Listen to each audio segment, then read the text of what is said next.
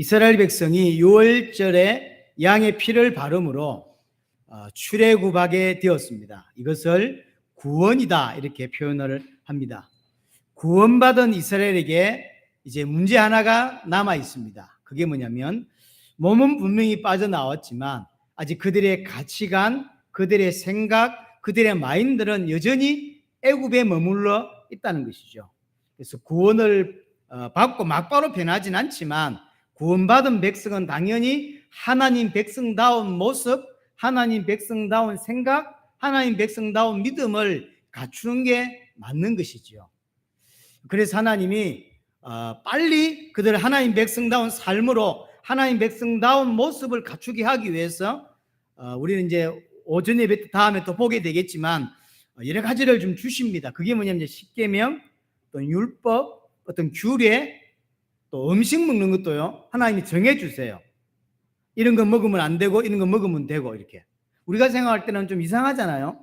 정한 음식과 부정한 음식을 말씀해 줘요. 예를 들어서 대책임지라는 건 정한 거니까 먹을 수 있어. 소라든가 양이라든가. 하지만 돼지는 부정한 거야. 왜 부정하냐 모릅니다. 지금까지 신학자들이 지금까지 역사에 지금까지 얼마나 많이 연구했겠어요. 특별히 히브리 신학자들은 평생을 60년 70년 연구했는데 지금까지 답을 찾지 못합니다. 여러 가지 이유를 설명하지만 여하튼 하나님이 먹는 것까지 나중에 보면요 제가 볼 때는 이런 것까지도 굳이 말씀하셔야 될까라고 생각한까지 가정에서 자녀들과 부부간의 어떤 이런 것까지도 다 정해주세요. 이런 것까지도 하여튼 하나님이 출애굽에 나온 이스라엘 백성들을 하나님 백성답게 세우고 만들어가기 위해서 물론 당연히 예배하고요. 그러면서 십계명이다 또는 율법이다 규례다 그 다음에 사고가 났을 때 배상을 어떻게 하고 또 소가 들어받았을 때 어떻게 해주고 이런 것까지 상세하게 주죠. 그 중에 하나가 절기예요. 우리 이스라엘의 7가지의 중요한 절기가 있습니다. 그 7가지 절기를 반드시 지켜야 되죠. 이런 절기들, 어떤 이런 것들을 많은 것들을 주어서 하나님 백성다운 자로 하나님 백성다운 생각을 하고 하나님 백성답게 믿음을 갖추고 하나님 백성다운 모습을 갖추고 가도록 그렇게 하신 것이죠. 성도는 이 땅에서의 삶이 이스라엘이 강야를 걸어가는 삶과 똑같습니다.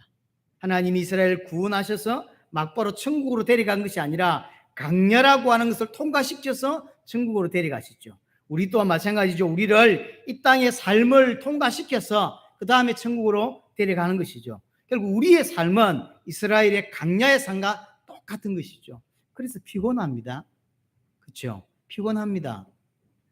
귀찮은 게 많고 생각해 보세요. 캠핑 일주일 갔다 오는 건 괜찮습니다. 비가 와도 괜찮고 재미있습니다. 삼겹살 구워 먹고 그럴 수 있어요. 하지만 저 사막에 내가 앞으로 40년을 살아야 된다고 생각해 보세요. 집을 짓고 사는 것도 아니고 강야의 사막에 하나님 언제 떠나라 할지 몰라요. 구름이 뜨면 그때 나가는 건데 그것도 말 안 해줘요. 당일날 구름 뜬다고. 그럼 그때 짐 싸들고 또 가야 돼. 어디로 갈지도 몰라요. 이런 식의 삶을 40년 산다고. 그게 피곤한 삶이에요. 그게 고달픈 삶이고 그게 어려운 삶이에요. 우리의 인생이 그렇습니다. 구원받고 저처럼 살아가는 그 인생이 사실은 고달프고 사실 힘든 게 사실이에요. 하지만 그 힘든 가운데 하나님의 은혜를 받는 자는 어떤 사람은 그 힘듦을 잊어버릴 만큼 감사도 또 은혜도 있어요. 전체적으로 보면 분명히 힘이 들지만 하나님의 은혜를 받고 하나님 주시는 역사를 맛본 사람은 맛보면 바로 천국 가는 게 아니잖아요. 맛본 사람은 그 피곤함과 그 어려움 중에 뭐랄까 그 어려움을 느끼지 못할 만큼 기쁘고 감사하고 충만한 삶을 살아요. 하지만 어떤 사람은 너무 힘든 거예요. 고달픈 인생일 수밖에 없습니다. 자, 우리는 오늘 맥주 감사주일로 절기를 지킵니다. 무엇보다 하나님이 율법을 주시고 규례를 정해주시고 음식을 정해주시고 절기를 정해주시면서 반드시 지키라 라고 이야기하죠. 올 때 빈손으로 오지 말고 의미를 가지고 와라 라고 하는 이야기죠. 똑같이 오늘 우리 2023년 우리 맥주 감사주일 예배를 드리면서 그들처럼 내 신앙을 점검해보고 그 다음에 다듬을 부분이 뭔지를 생각해보고 다듬고, 우리는 완전하지 않거든요. 온전한 믿음을 가지고 있지 않거든요. 그러니 하나님 원하시는 모습대로 만들어가는 은혜가 오늘 저와 여러분들에게 꼭 있어져야 되겠습니다. 그래서 세 가지를, 많지만 세 가지를 함께 좀 생각을 해보고자 합니다. 그 첫 번째입니다. 강야에서 살면서 절기를 지키고 또 주신 율법을 지키고 규례를 지키면서 항상 기억해야 될 게 뭐였을까? 그게 내가 누구냐는 거예요. 내가 누구길래 강야에 살아야 되고, 내가 누구길래 강야길을, 그 피곤한 길을 걸어가야만 하는 거냐는 거죠. 그게 중요한 거예요. 내가 누구냐에 대한 답이 나와야 그 길에서 힘을 얻을 수 있고 하나님의 목적을 따라서 살 수가 있어요. 내가 누군지 모르고 내가 지금 나의 정체성이 헷갈리기 시작하면 하나하나가 다 귀찮고 하나하나가 다 불만입니다. 그렇게 될 수밖에 없는 거죠. 내가 누굽니까? 유월절의 어린 양의 피로 구원받은 하나님의 자녀라고 하는 사실이죠. 이것을 하나님이 절기를 통해서, 많은 어떤 규례를 통해서 계속 말씀하고자 하는 부분이요. 네가 누군지 아냐는 거죠. 네가 유월절의 어린 양의 피로 말미암아 건진받은 하나님의 백성이고 하나님의 자녀다. 지금까지는 바로를 신으로 섬기고 살았고 바로가 원하는 대로 살았습니다. 쉽게 말하면 종노릇하며 살았고 노예로 살았습니다. 그것이 그들의 운명이었어요. 바뀌지 않습니다. 애굽을 나가고 싶다고 나갈 수 있는 것도 아니고 바로가 싫다고 해서 바로 밑을 떠날 수 있는 게 아니에요. 그게 그들의 운명이에요. 태어나는 즉시 죽을 때까지 바로를 신으로 섬기고 바로가 정해놓은 신을 또 신으로 섬기고 바로가 원하는 삶만 살아야 돼요. 그게 이스라엘 백성이고 이게 불신자입니다. 그 삶은 고통이고 그 삶은 고난의 연소이었습니다. 그래서 얼마나 힘들었던지 종교적인 노력도 했습니다. 하나님께 출애굽기 1장에 보시면 하나님께 많이 기도하죠. 우리의 고난, 우리의 이 노역을 주님 돌아봐 달라고 기도했습니다. 하지만 기도한다고 해서 그 고통에서 빠져나오는 게 아니에요. 그렇죠? 하나님 은혜를 베풀어야 그게 깨달아지고 나올 수 있는 것이지, 그들이 기도한다고, 그들이 교회를 찾아온다고 해서, 그들이 종교적인 노력을 했다고 해서 구원받을 수 있는 게 아닙니다.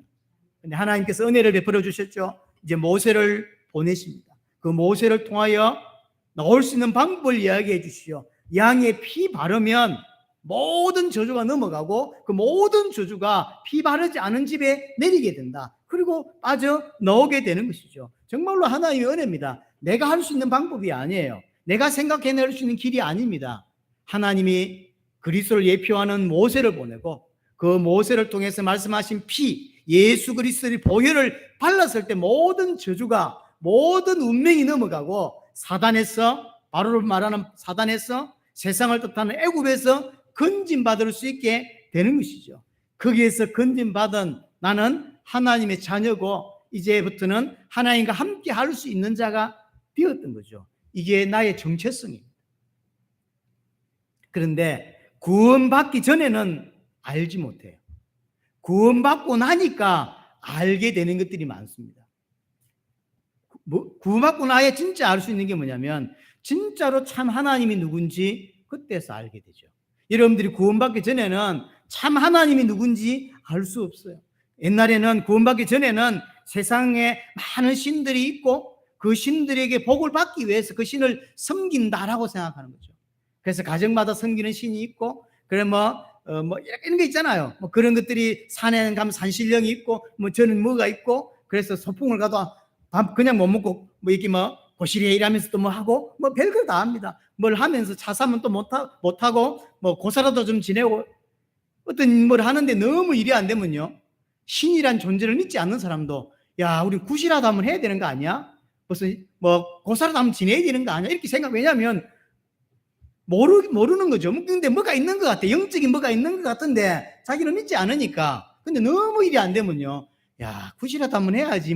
이라고 못 살겠다. 이런 이야기를 하는 거죠. 이게 구원받기 전에는 몰라요.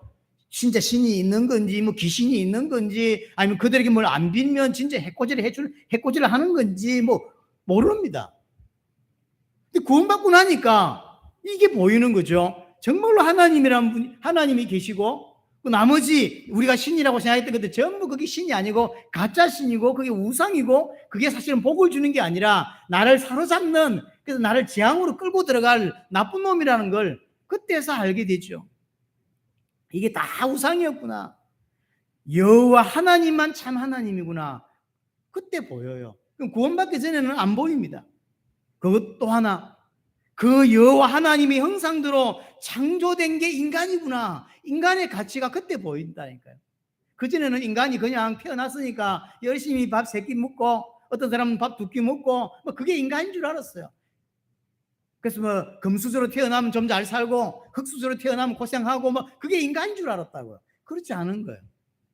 원래 인간은 어떤 존재였냐면 하나님의 형상대로 창조되었던 자가 인간이구나. 하나님의 형상이란 말은 하나님과 똑같은 자고 왕이고 선지자고 제사장이고 하나님을 대리할 수 있는 자로 하나님과 똑같은 자로 만들어진 진짜 복받은 존재였구나. 이게 언제 알게 되냐면 구원받고 나야 이게 보인다. 구원받기 전에는 절대로 이게 안 보입니다. 이걸 몰라가지고 저 세상에 그걸 신으로 섬기고 피조물을 신으로 섬기고요. 큰 돌이 있으면 거기다 빌고 전 세계 여행 같은 이렇게 보면 중요한 데마다 왜 반질반질한 거 있잖아요. 어디 기도하는 것 때문에. 저 대구에 803 같은 데 가보 근데 반질반질합니다. 뭐 여기 만지면 어떤 이게 백블루한 게 있어요. 거기 만지면 임신을 하는데요. 얼마나 많이 만졌는지요? 반질반질. 어딘데 갔더니 동상 같은 데인데 그 손을 이렇게 만지면 복을 받는다래. 다 시큼한데요. 손만 반질반질해. 근데 우리나라만 그러냐면 그렇지 않아요. 전 세계 다 그래요. 그러니까 모르는데 뭐는 있는 것 같아요. 뭐가 있는데 물은 몰라요. 그냥 혹시나 싶어서 하는 거예요. 혹시나 싶어서. 바다를 어디 뭐 일하러 가면서 고사라도 좀 지냈으면 좋겠고 그렇게 하는 거죠. 모르니까. 그게 구원받고 나면 그게 보인다고. 모르니까 피조물을 신으로 섬기고 그래서 세상의 규칙에 따라서 세상 풍속 따라서 살게 되었던 거죠. 구원을 받고 나니까 이게 보입니다.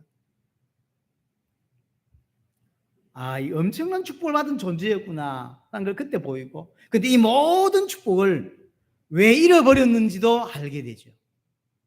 그게 죄 때문이었구나. 하나님을 대적하고 하나님을 불신앙하는 죄였고 그 죄를 지을 수 있는 배경에 사단이 존재했고 지금도 계속 믿는 사람 믿지 않는 사람 배후에 계속 하나님을 알지 못하도록 공격하고 결국 죄로 인하여 하나님과 단절을 내게 되었구나. 이게 보인다고. 구원받기 전에는 그게 안 보여요. 교회를 그토록 오래 다녔는데 그게 안 보인다고. 눈이 안 떠여져요. 구원받고 나니까 이게 보이는 거죠. 영원히 모르고 또 보이는 것이 다인 줄 알고 그렇게 살 뻔했던 나를 하나님이 건져 주셨구나. 내가 하나님의 자녀되게 해주셨구나. 그때서 이제 보이게 되는 것이죠. 내가 누구냐? 여러분들 오늘 맥주 감사주의를 보내면서 이 땅에 살아가는 우리의 정체성이 뭐냐? 이게 너무 중요해요. 이게 신앙생활의 가장 중요한 부분입니다. 나의 정체성. 나는 하나님의 백성인 것이죠. 예수님이 지신 십자가로 말미암아 구원받은 하나님의 자녀다라고 하는 거죠. 예수 그리스도로 말미암아 하나님의 형상이 회복된 하나님의 아들이다. 이거는 예수님이 직접 하시는 말씀이거든요. 하나님의 아들이요. 하나님의 아들 그리스도가 장자고 우리도 장자다라고 표현해요. 우리가 장자예요. 이걸 몰랐을 때 사단을 섬기고 세상 풍속을 따라 살았습니다. 근데 구원받고 나니까 예수 그리스도를 알고 나니까 이제 이게 보이기 시작합니다. 그래서 하나님께 택한 백성이요 왕이요 제사장이 베드로전서 2장 9절에 만든 왕 같은 제사장이고 이 세상에 빛을 선전할 수 있는 자를 불러주셨다는 거예요. 그렇죠? 빛이에요 그냥. 그래서 어떤 사람은 선전 안 해도 빛으로 사람들에게 드러나는 빛인 것이고 소금인 것이죠. 내가 그런 자인 거죠. 이게 구원받고 나면 알게 됩니다. 옛날에는 몰랐습니다. 복음을 알고 나니까 보이기 시작하고 깨달아지기 시작합니다. 여호와 하나님이 누군지 그때서 아는 거예요. 구원받는 게 중요한 것입니다. 또 내가 누군지가 그때서 사실은 깨달아지죠. 하나님과 같은 존재였고 하나님의 대리 통치권자로 나를 부르셨고 그래서 나를 왕으로 부르셨구나. 그때서 사실 알게 되는 것입니다. 이런 것들을 모른 채 처음에는 구원을 받습니다. 이스라엘 백성이 처음에 몰랐다니까요. 모른 채 구원을 받습니다. 이 모르는 상태에서 강야의 삶을 살면, 이 땅의 삶을 여러분들이 살면 그게 불평, 불만, 짜증, 피곤 이게 되는 거예요. 모르니까. 그래서 빨리 알게 해야 되겠죠.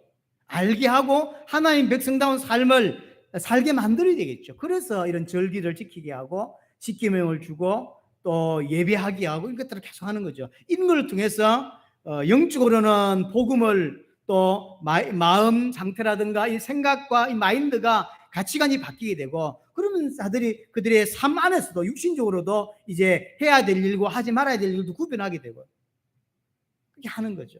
구원받기 전에는 남들이 하는 이런 것들이 그냥 다 하는 건 줄 알았어요. 하지만 구원받고 나니 그게 나쁜 짓인 줄 알게 되고, 그래서 그런 것들 구별하는 거죠. 그렇게 하나님 백성다운 삶을 살게 되는 것입니다. 이스라엘 백성들이 출애굽에 나와서 시내산에 한 2달 만에 도착을 하게 됩니다. 뭐 달수로는 따지면 3달이지만 실제로는 2달이 좀 안 됩니다. 2달 만에 시내산에 도착하고 시내산에 약 1년 동안 있습니다. 1년 동안 있으면서 십계명이라든가 절기라든가 어떤 규례라든가 안식이라든가 이런 것들을 이제 받게 돼요. 그리고는 막바로 이제 가나안을 향하여 출발하게 되어집니다. 근데 가나안을 향해 출발했는데 그게 안 돼요. 여러분들 민수기 보시면, 민수기가 왜 민수기죠? 이스라엘 백성들의 숫자를 계수했다는 거죠.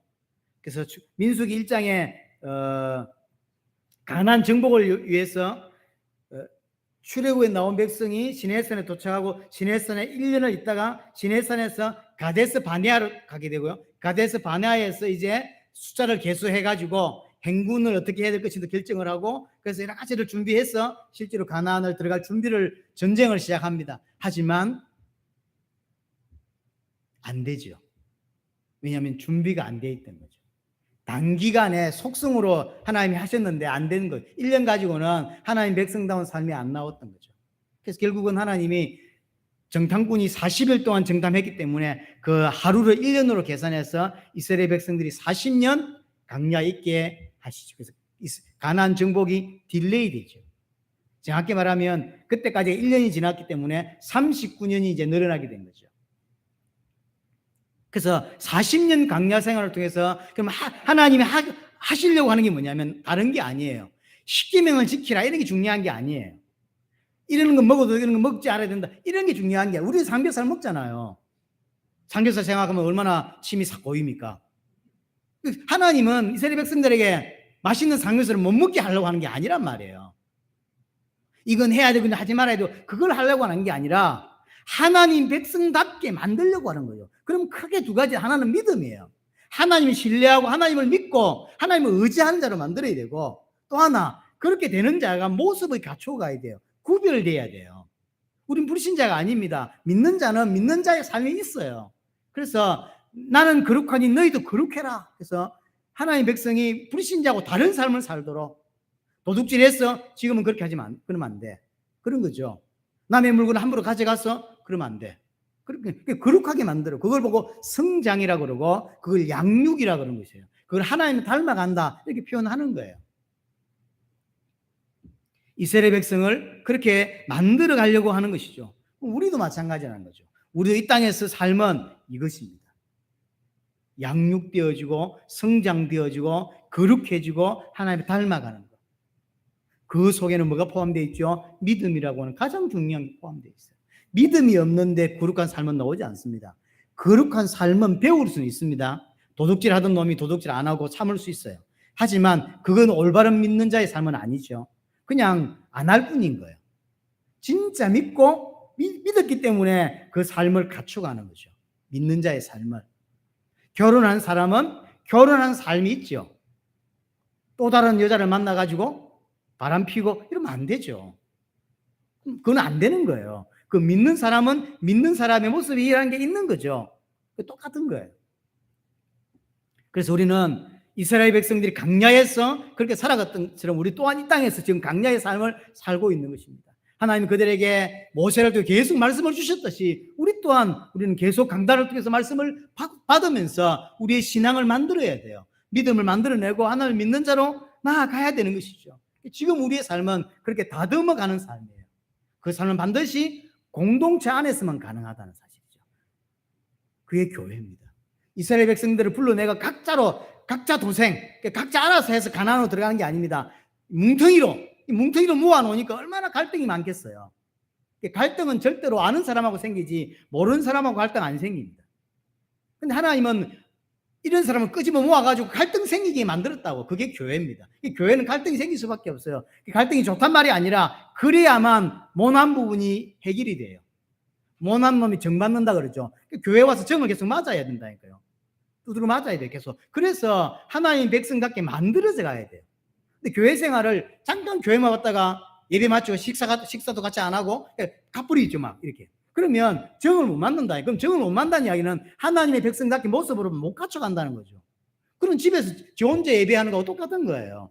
그게 하나님 원하시는 삶이 아닙니다. 교회라고는 공동체를 만들어서 그 공동체에서 찢고 볶고 하면서 만들어 가야 돼요. 만들어 가세요. 그게 교회입니다. 교회는 굉장히 중요한 것이죠. 여하튼 이런 것들을 통해서 하나님 백성들로 만들어가는 것입니다. 그래서 그 첫 번째가 항상 놓치지 말아야 될 게 뭐냐면 내가 누구냐는 거죠. 나의 정체성입니다. 자, 두 번째. 자, 나는 하나님께로부터 구원받은 예수 그리스도의 보혈로 구원받은 하나님의 자녀다라고 하는 것이고, 두 번째는 이 자녀인 나는 지금 어디를 향해 가고 있지라고 하는 방향성이에요. 목적지. 그게 선명해야 됩니다. 어디 가고 있죠? 가나안 가고 있어요. 지금 이스라엘 백성들은 캠핑 나온 게 아닙니다. 이스라엘 백성들은 지금 소풍 나온 게 아니에요. 가나안 가려고 하는 거예요. 성도의 최종 목적지는 새하늘과 새 땅입니다. 하늘 가나안이에요. 이걸 보고 우리는 본향이다 그러죠. 본향. 그래서 가나안이 주는 의미는 두 가지입니다. 가나안이라고 하는 하늘 가나안, 새하늘과 새 땅을 의미하는 것이고요. 또 하나, 가나안을 정복해야 된다는 거죠. 가나안이 지금 다른 사람들이 살고 있습니다. 그걸 정복해야 돼요. 왜 그럴까요?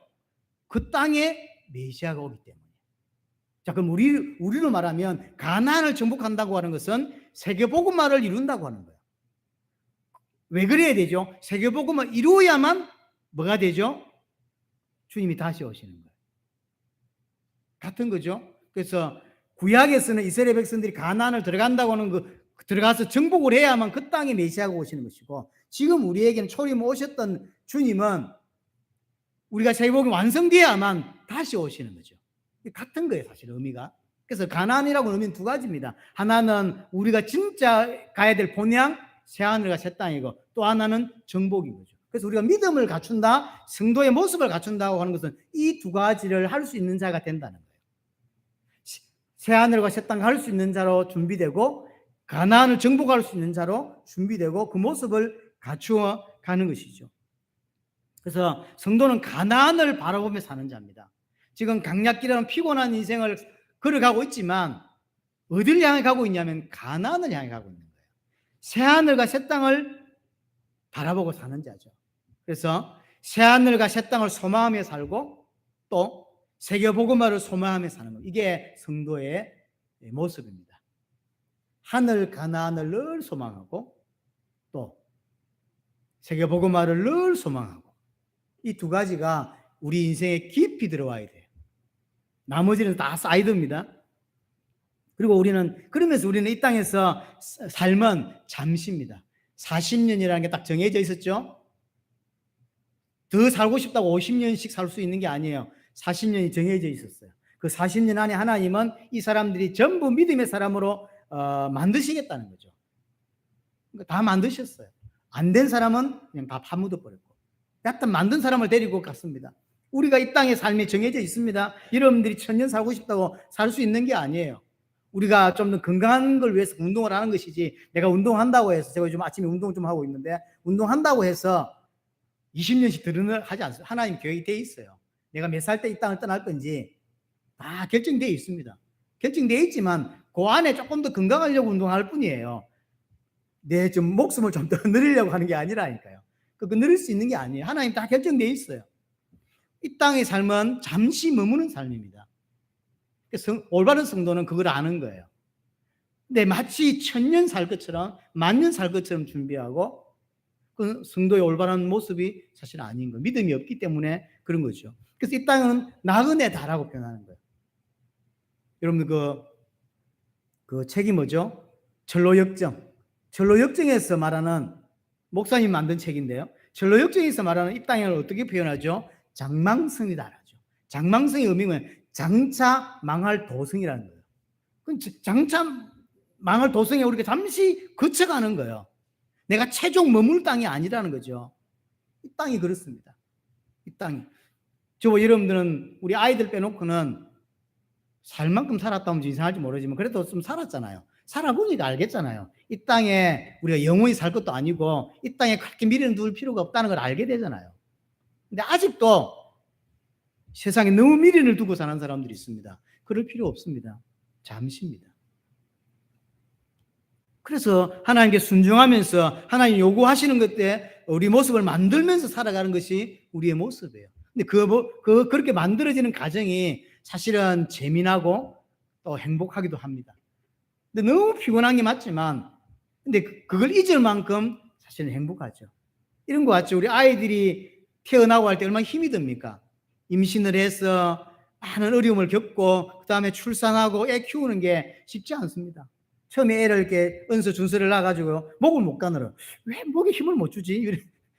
지가 목 좀 힘들고 이래갖고 이러면 되는데, 또 이렇게 막 우유 빨 때도 지가 빨면 좋은데 꼭 이렇게 내가 잡아줘야 되고 힘들어요. 근데 그런 모든 걸 잊어버리죠. 왜요? 아이가 자라면서 보여주는 어떤 장면 때문에 그 모든 어려움이 생각이 안 난다. 그래서 애를 자꾸요 또 놓고, 애를 놓을 때는 절대 애 안 낳아야지 하다가 시간 지나면 또 놓고 시간 지나면 또 놓고 그래 놓는 거잖아요. 그게 똑같은 거예요. 분명히 우리의 삶은 피곤한 삶입니다. 하지만 그 피곤을 잊을 만큼 예수 믿고 사는 사람이 또 그 속에서요 소소하다 하여튼 기쁨이 커요. 예수 믿는 재미가 짭짤하다 하여튼 게 있어요. 그런 걸 잊어버리죠. 하나님이 아브라함을 부르십니다. 처음에 아브라함은 착각했습니다. 팔레스타인 땅 가나안 땅을 준다 하니까 아이구나 맞죠. 물론 그 아이구나의 중용 가로 열고 자식 줄게 라고 하는 게 있었죠. 아들 줄게. 자기 말 아들입니다. 아들 줄게. 그래서 막 옳지 따라 나왔는데, 시간 지나면 하나님이 가나안을 안 주는 게 안 주거든요. 그리고 네 후손이 저 애국 갔다가 나중에 올라온다 그러거든. 아브라함은 알아들었죠. 그래서 약속의 땅 나그네로 살았다고 이야기해요. 히브리서 11장 13절에 보면 약속의 땅에서 약속은 있었지만 약속을 받지 못했어요. 약속은 있지만 약속을 받지 못했다니까요. 그리고 외국인으로 나그네로 살았다라고 말하고요. 왜 그러냐? 그러면서 히브리서 11장에 뭐라고 표현하면요, 본향으로 돌아갈 기회가 있었으나 안 갔다고 표현해요. 아브라함이 이거 아니구나, 이게 내가 속았구나, 그래서 옛날로 갈 수 있었지만 안 갔대요. 왜 안 갔냐면 더 나은 본향을 사모했기 때문이다. 그러면서 더 나은 본향이 뭐냐? 하늘 가나안이라고. 그것은 하늘에 있다라고 했어요. 곧 하늘에 있는 것이라. 그래서 제가 말씀드렸죠. 부자였던 아브라함은 땅 한 평 소유하지 않았다는 사실. 그 말은 여러분들이 아파트도 살지 말고 차도 사지 마라 그런 말이 아닙니다. 딱 하나만 했죠. 막벨라 굴. 자기와 자기 후손과 자기 와이프가 묻힐 막벨라 굴만 엄청난 돈을 주고 사고 나머지는 땅 한 평 안 사죠. 왜냐? 나그네인데 뭐 그게 중요해. 우리에게 주는 메시지가 있는 거죠. 성도는 어떻게 살아야 될지를 보여주는 것입니다. 이런 성경 읽으면서 부닥부닥 이 땅에 맞는 살 것처럼 성도들이 산다고 하나님께 그렇게 기도하고. 잘못된 거죠. 그런 것들을 고치고 바로 세우게 하려고 이런 절기를 지키게 하는 거예요. 그리고 안식일 지키게 하고 규례를 지키게 하고, 말도 안 되는, 왜 돼지고기를 먹지 말고 소고기를 먹으라 그러고, 이런 말도 안 되는 걸 왜 말씀하시냐면 그런 걸 통하여 내가 누구고 나는 어디로 가고 있고, 그래서 나는 이 땅에서 뭐 해야 될지를 자꾸 보게 만드는 거예요. 우리는 매주 감사 절기를 통해서 다시 한번 내가 바라봐야 할 곳이 무엇인지를 여러분들이 상기시키고 새겨야 하는 것입니다. 내가 참으로 소망하는 것이 무엇인지, 한번 생각해 보세요. 나는 이 땅에 살면서 정말로 새하늘과 새 땅, 저 하늘 가나안을 정말로 사모하고 있는가? 가끔 이제 목사님들이나 이렇게 이야기할 때 기독교인 중에서 천국을 믿지 않거나 주의 재림을 믿지 않는 사람은 거의 없는 것 같습니다. 하지만 그것을 소망하고 사냐라고 할 때는 좀 다른 말인 것 같아요. 저도 가끔씩 난 진짜 천국을 가고 싶어 해? 이런 생각을 들 때가 있어요. 한 번씩 모르겠어요. 진짜 주의 재림을 내가 기다리고 있는 거야, 이게? 잘 모르겠어요. 나도 제 마음을 잘 모르겠어요. 그럴 때가 없나요? 저는 있어요. 막 외치고 있는데 한번 돌아와서 가만히 생각해 보면 나는 주의 재림 얼만큼 기다리지? 잘 모르겠더라고요. 홍강희 목사가 한번 저에게 목사님은 주의 재림을 얼만큼 믿습니까? 내가 글쎄 갑자기 물었는데 나 모르겠더라고. 그래 모르겠다 난. 목사님 재림을 기다리십니까? 기다리지. 얼만큼 모르겠다. 그게 솔직한 답이었어요. 거짓말 할 수 있었습니다. 난 진짜 재림을 기다려. 이렇게 말할 수 있었는데 굳이 그럴 필요가 없죠.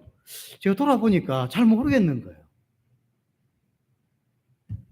여러분은 너무 사모하는데 목사인 제가 잘 모르고 이러면 곤란하긴 한데 하여튼 저와 비슷하지 않겠나 그렇게 생각을 합니다. 이 땅 살아가는 기독교인이 재림을 기다립니다. 하지만 진짜 성경에서 말할 만큼 그렇게 기다리는가? 그럼 이제 왜 그렇게 안 기다리냐 할 때 잘 모르기 때문인 거예요. 천국도 잘 모르고 여러 가지를 잘 모르니까 사실 소망되지 않는 그럴 수 있죠. 그래서 우리는 이런 걸 돌아보는 거죠. 이 땅은 잠시 머물다 갈 곳이라고 난 진짜 생각하는지, 또 나는 나그네라고 생각하는지, 아니면 영원히 살 것처럼 생각하고 그렇게 준비하고 그렇게 하는지, 나를 일단 이런 맥주 감사주를 통해서 돌아보는 것이고요. 그리고 진짜를 소망하는 자가 되고 있는지, 아직 안 됐다면 진짜 소망하는 자가 되도록 하나님께 기도하고 그런 준비가 필요하겠죠. 하나님과 영원히 함께할 하나님 나라를 소망하고 이 땅에 허락된 당대의 세계화를 소망하고 죽어도 우리는 요거 세 가지는 좀 마음에 담았으면 좋겠어요. 진짜로 영원한 하나님의 나라 그걸 소망하는 새하늘 새 땅을 소망하는 자, 그리고 우리에게 허락된 말 그대로 허락된 거예요. 우리에게 허락 안 될 수도 있었는데 당대의 세계화를 소망하고, 그리고 우리의 자녀들, 우리의 가족들이 그 당대의 세계를 이룰 수 있는 동력자로 살아가도록, 그런 동력자로 이런 걸 소망하고 살아가는지. 소망이 되어야 기도가 붙을 거 아닙니까? 그렇죠? 소망이 되어야 하나님께 기도도 하고 여러 가지를 담을 수 있어요. 마음도 담을 수 있고 생각도 담을 수 있고. 근데 그 소망이 없으면 사실은 안 하게 되는 것이죠. 그리고 이런 것이 진짜 내게 되었을 때 내게 허락된 시간도 소중하게 사용할 수가 있죠. 소중하게. 자, 세 번째 마지막인데요. 자, 내가 누군지, 그리고 나는 어디로 가고 있는지, 세 번째 가고 있는 중에 지금 현재 시점, 현재는 뭐 하고 있는 거죠? 강야를 살아가고 있는 거죠. 강야를 걷기도 하고 또 강야에 머물러서 계속 이동만 한 건 아닙니다. 가데스 바네아의 근처에서 주로 39년을 살았어요.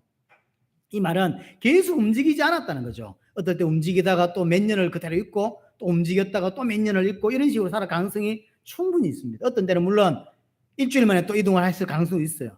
자, 세 번째 시점이 뭐냐면 지금 강야에 있는 거죠. 우리는 강야의 삶을 살고 있다고 하는 것이죠. 왜 강야를 살죠? 믿음을 준비하려고. 하나님 백성다운 삶을 준비하기 위해서입니다. 만약 믿음이 성장하지 않고 믿음이 준비되지 않았다면 그 삶은 헛고생인 거죠. 믿음을 준비시키고 하나님 백성다운 삶을 위해서 강야를 보내놨는데, 근데 강야 40년을 통과하면서 믿음이 안 생겼다면 그럼 고생만 한 거죠. 말 그대로 요즘 애들 말대로 개고생만 한 거예요. 개고생 시키려고 강야에 보낸 게 아니잖아요. 그 고생을 통해서 믿음을 주려고 한 건데 믿음은 안 생기고 고생만 했어. 여러분들 직장 가서 너무너무 잠도 못 자고 장로님이 운전하고 했는데 돈 다 띄인 거야. 이 혈압 올라가는 거죠. 똑같은 거 아닌가요? 40년 강야를 뺑바퀴를 돌았는데 믿음은 안 생기고 개고생만 하고 헛고생을 한 거죠. 근데 좀 돌아봐야 될 게 뭐냐면 출애굽에 나와서 강야에서 죽은 사람이 학자들은 대충 100만 명 정도 이상은 된다라고 하거든요. 그러니까 출애굽에 나와서 100만 명 이상은 믿음 성장하지 않고 하나님께 늘 불평, 불만, 원망, 피곤 이렇게 살다가 광야에 다 죽었다. 이 말은 무슨 말일까요? 저와 여러분들이 신앙생활을 이 교회라고 하는 통해서 하는데 신앙은 성장하지 않고 원망과 자기 욕심과 야망 이야기하다가 믿음 준비되지 않은 상태로 인생을 끝내는 사람도 있다는 거예요. 실제로. 구원은 받았겠지. 모르죠. 하나님하고만 아는, 구원은 정말로 하나님하고만 압니다. 우리는 모릅니다. 여러분들이 구원받은 아마 우리가 어떻게 알아요? 교회 오는 걸 보고는 모릅니다. 헌금하는 걸 보고는 몰라요. 이스라엘 백성들이 출애굽에 나와가지고 100만 명 이상이 광야에서 40년 동안 죽었다는 사실. 그 말은 우리에게 뭔가를 설명하려고 그렇게 장면을 하나님 보여주신 거예요. 설명이 필요 없다면 모세가 그걸 안 썼겠죠. 그랬든 말았든 팩트와 상관없이 썼다는 이야기는 무슨 말이죠? 우리에게 설명하려고 썼다는 거예요. 뭘 설명하려고 하나님이? 믿음 성경 아는 사람도 많다는 거예요. 너희들은 어떻게 해야 되겠냐는 거죠. 믿음이 성장하고 구별된 자고 돼야 된다는 거죠.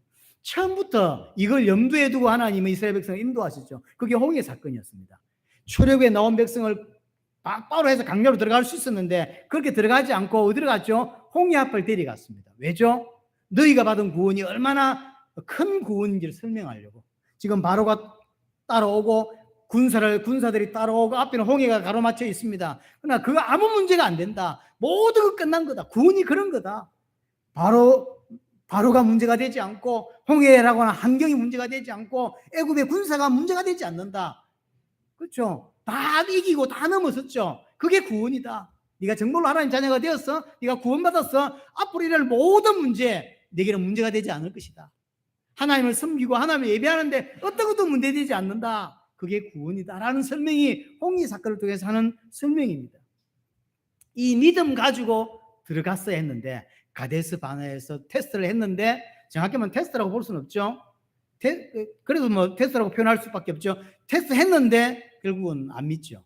이 사건 때문에 가데스 바네아에서 정탐꾼 사건 때문에 이스라엘 백성들이 돌을 들고 모세를 죽이려고 합니다. 지금이라도 장군을 세워서 애굽으로 돌아가자는 거예요. 시간으로 따지면 1년이 넘었는데. 그래서 하나님이 안 되겠구나. 안 되는 거구나. 그래서 40년을 대청하시는 거예요. 믿음이 없었던 거죠. 그래서 원망하고 불평했습니다. 결국 가나안 정복이 38년간이나 딜레이 되고 말았습니다.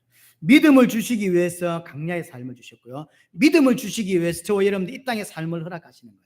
우리가 몇 살까지 살지는 모르지고 몇 살 때까지 우리가 함께 이렇게 있을 수 있을지 모르지만 그 목적은 하나입니다. 믿음을 세워나가기 위해서. 그리고 하나님 백성다운 삶을 만들기 위해서입니다. 그래서 나는 가난에 들어갈 수 있는 신앙인지 하나님이 기뻐하실 수 있는 신앙인지 신자인지 한번 점검하자는 거예요. 내가 누군지도 점검하고 내가 어디로 가고 있는지도 다시 한번 돌아보고 그러면서 좀 나는 어떤 신앙인지 어느 정도가 갖춰져 있는지를 한번 돌아보자고. 저한테 말하지 말고 하나님과 1:1 관계에서 한번 생각해 보세요. 나는 예수님이 그리스도라는 이 사실을 얼마만큼 어느 정도 이해하고 있는지 한번 돌아보시고 내 인생의 목적지가 정말로 하늘 나라인지 새하늘과 새 땅인지 한번 고민해 보시고 그리고 이 강약길을 걸어가는 이 인생길이 내게 어떤 의미가 있는 것인지 지금 이 땅에 태어나서 공부하고 취직하고 결혼하고 자식 놓고 살아갑니다. 이것이 내게 어떤 의미냐는 말이에요. 태어났으니까 살고 나이가 들었으니까 학교 가고 나이가 들었으니까 결혼하고 그런 겁니까? 아기가 생겼으니 낳고 이게 납니까? 남들이 아파트 사니 나도 아파트 사고 남들이 좋은 차 타려고 하니 나도 좋은 차 좀 타보고 그러는 겁니까? 그게 우리의 목적인 것인가요? 그게 아니잖아요. 그걸 한번 돌아보자는 것이죠. 그리고 내 인생에서 정말로 하나님이 주인인가? 아니면 내가 주인인가? 여전히 내가 주인인가? 참 희한한 건요. 자기 인생에서 자기가 주인인 사람이 교회 안으로 들어오면 교회 안에서는 또 이방인처럼 삽니다. 난 그건 또 왜 그런지 모르겠어요. 교회 안에서는 주인 의식을 살아도 괜찮은데 교회 밖에서 인생 전체를 따지면 지가 인생의 주인이라 하나님이 주인이 아니에요. 그런데 교회 안에 들어와서는 이방인으로 살아요. 절대 깊이 안 들어가고 항상 발만 살짝 걸쳐놨죠. 뭐라고 교회 입구에 저기다가 이렇게 올려놓고 나도 하나빛교회 성도입니다를 올려놓았지 안으로 안 들어와요. 이런 자식이 문 앞에 이렇게 발만 이렇게 얹어놓은 것처럼 이렇게 살면 어떻게 하겠습니까? 그리고 난 정말로 복음에 목말라 하는지. 예수님께서 말씀하시기를 성도는 자신을 부인하고 자기 십자가를 지는 게 성도라고 그랬거든요. 나는 나를 부인하는 삶을 살고 있는지, 아니면 내가 져야 될 짐은 나는 다른 사람에게 안 맡겼는지. 우리 찬송가 중에 그런 게 있는데요. 예수님께 나아가면 예수님은 내 짐을 대신 져주시는, 그게 틀린 찬송가입니다. 사실은 예수님 내 짐 대신 안 져주십니다. 근데 예수님께 가면 그 짐이 가볍다 그랬지. 예수님이 누구든지 수고하고 무거운 짐자 나에게로 오라 그랬죠. 오면 내게 오는 자는 그 짐이 가벼워진다 그랬지. 내가 짐을 지고 무겁게 살다가 예수님께 넘기니까 내가 이제 편안한 삶을 산다, 이게 아니에요. 짐은 내가 지는 거예요. 그런데 가볍다니까. 그 의미예요. 강약길 내가 가는 겁니까? 하나님이 이제 믿으면 하나님 날아가게 하는 겁니까? 내가 걸어야 돼요. 강약길을 내가 걸어가야 합니다. 누가 걸어가 주지 않습니다. 내가 걸어야 돼요. 그래서 신앙은 나를 부인하고 내 짐을 지는 거예요. 여러분들이 짐 지셔야 돼요. 자꾸 그 짐을 장로님께 넘기고 목사님께 넘기고 집사들에게 넘기고 지는 안 지고, 그게 틀린 신앙이에요. 짐을 져야 돼요. 그게 신자입니다. 그리고 그런 걸 위해서 하나님 허락된 하나빛 교회가 내게는 어떤 의미가 있는지. 여러분에게 하나빛 교회는 어떤 교회입니까? 저는 목사고 개척한 사람이라 이 교회는 말할 것이 없이 제 생명과 같은 거죠. 여러분은요? 여러분은 하나빛 교회가 어떤 의미입니까? 파주분들, 제가 우리가 함께 가게 됐는데 여러분에게 하나빛 교회는 어떤 교회입니까 도대체? 여러분의 인생에서 어떤 의미가 있습니까? 그 절기를 통해서 좀 돌아볼 필요가 있습니다. 자, 결론적으로 40년 광야 생활을 마치고 어디에 도착했냐면 모압에 도착하죠. 모압 평지에 도착해서 이제 가나안이 보이는 거예요. 가나안을 보이고 이제 이스라엘 백성들 마지막 설교 세 편이 신명기거든요. 그 신명기에서 가장 중요한 게 신명기 6장입니다. 자, 6장을 한번 가고 마무리를 지어 보십시다. 이스라엘 백성들에게 이제 모세가 모압 평지에 와서 하는 설교입니다. 6장 4절에는 신명기 6장 4절에 이스라엘아 들으라 그러죠. 이 들으라는 표현이 세마입니다. 들어보셨죠? 세마 이스라엘아 이런 단어 들어보셨죠? 이 들으라는 뜻이죠. 이게 결론이에요. 자기가 40년 광야를 살고 이제 가나안을 이제 며칠 후에 가나안을 들어가게 될 건데 결론적으로 하는 이야기인 거예요. 첫 번째, 하나님이 어떤 분인지를 설명해 줍니다. 우리 하나님 여호와는 오직 유일한 하나님이다. 유일한 여호와다. 자, 그래서 5절에 그 하나님 어떻게 섬겨야 된다? 너는 마음을 다하고 뜻을 다하고 힘을 다하여 내 하나님 여호와를 사랑해라. 이것이 하나님 섬기는 방식입니다. 기억하셔야 돼요. 이러면 하나님 어떻게 사랑합니까? 이러면 하나님 어떻게 섬기고 있습니까? 정말로 마음을 다하고 뜻을 다하고 힘을 다하여 하나님을 사랑합니까? 하나님께 예배하고 있습니까? 이게 모세의 결론이고. 자, 그리고 세 번째로 그렇게 하나님을 섬기는 자들의 어떤 모습요. 그 하나님 어떻게 유의해야 되냐? 6절부터 우리 9절까지죠. 오늘 내가 네게 명한 이 말씀 너는 마음에 새기고. 그래서 하나님을 제대로 섬기기 위해 첫 번째 새겨야 돼. 말씀을 새겨야 돼요. 7절에 내 자녀의 부지런히 가르치고, 왜냐하면 내 자식이 거기 살아야 될 거니까 부지런히 가르치고 있냔 말이에요. 자녀들을 그 집에 앉았을 때든지 길에 갈 때든지 누웠을 때든지 일어날 때든지 말씀을 강론하라고 이야기해요. 여러분 그렇게 하고 있습니까? 하나님을 올바로 예배하기 위해서 마음에 새겨넣고, 새긴단 말 뜻을 아시죠? 새겨넣고 자식들에게 부지런히 가르치고 집에 앉았을 때 누웠을 때 또 일어날 때 계속 말씀을 강론하래요. 여러분 그렇게 하고 있습니까? 9절에 너는 그것을 또 손목에 메어서 기호로 삼고 내 미간에 붙이고 표로 삼고 또 내 집 문설주와 바깥문에 기록하라. 그래서 잊지 않도록 계속 날마다 담을 수 있도록 하라는 거죠.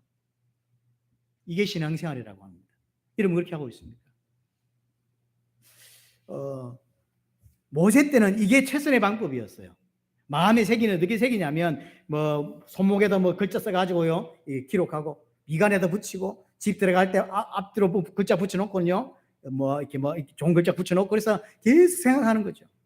그래서 예를 들어 이번 주 그 주일 설교 제목이 나는 어떤 신앙인인가 그거 세워놓고 일주일 내내 생각하는 거죠.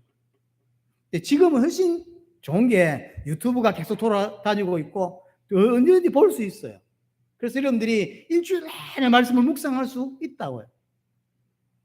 근데 모세는 이렇게 말하고 여러분들은 어떻게 하고 계십니까? 진짜로 말씀을 하나님께 제대로 새기고 하나님 제대로 예배하기 위해서 이렇게 새기려고 하고 있느냐는 거죠. 신명기 11장 똑같은 이야기예요. 이렇게 하라고 이야기를 합니다. 그래서 모세의 결론이 뭐냐면 자기가 하나님을 섬겨보고 결론이 뭐냐면 하나님께 순종하라. 하나님만 옳다. 하나님만 의롭다. 그러니 하나님께만 순종해라 라고 하는 게 결론입니다. 자, 그래서 지금부터 내 신앙의 성장을 위해서 나는 무엇을 할 수 있을지를 고민해 보세요. 오늘 모세가 힌트를 주고 있잖아요. 그 힌트를 가지고 나는 어떻게 그걸 새길 수 있을지, 하나님께 주신 말씀을 어떻게 나는 내 마음에 새겨낼 수 있을지를 한번 고민해 보세요. 바울은 디모데후서 3장 14절에 너는 배우고 확실한 일에 거하라고 하죠. 배우라고 이야기합니다. 안 배우면 새겨지지 않는다는 거죠. 기억되지 않는다는 거예요. 배워야 돼요. 그래서 성경 이야기를 하는 거죠. 그 성경은 우리에게 구원을 줄 뿐만 아니라 하나님의 사람으로 온전히 세워줄 수 있게 하는 거다라고 이야기를 하는 것이죠. 그래서 하나님의 중요한 말씀은 반복적으로 듣고 반복적으로 배움이 필요하고요. 이게 중요한 거예요. 반복해야 돼요. 반복적으로 듣고 반복적으로 배워야 되고 그러면서 여러분의 말씀을 대하는 자세가 조금은 더 진지했으면 좋겠습니다. 제가 생각할 때 왜 말씀을 자꾸 놓칠까라고 할 때 말씀을 대하는 게 진지하지 못하게 돼요. 한 귀로 듣고 한 귀로 가버리죠. 한 귀로. 여러분에게 정말로 말씀을 깊이 받고 여러분들이 새겨지고 그래서 흔들리지 않고 그렇게 준비되어지는 여러분들이 되시기를 바랍니다.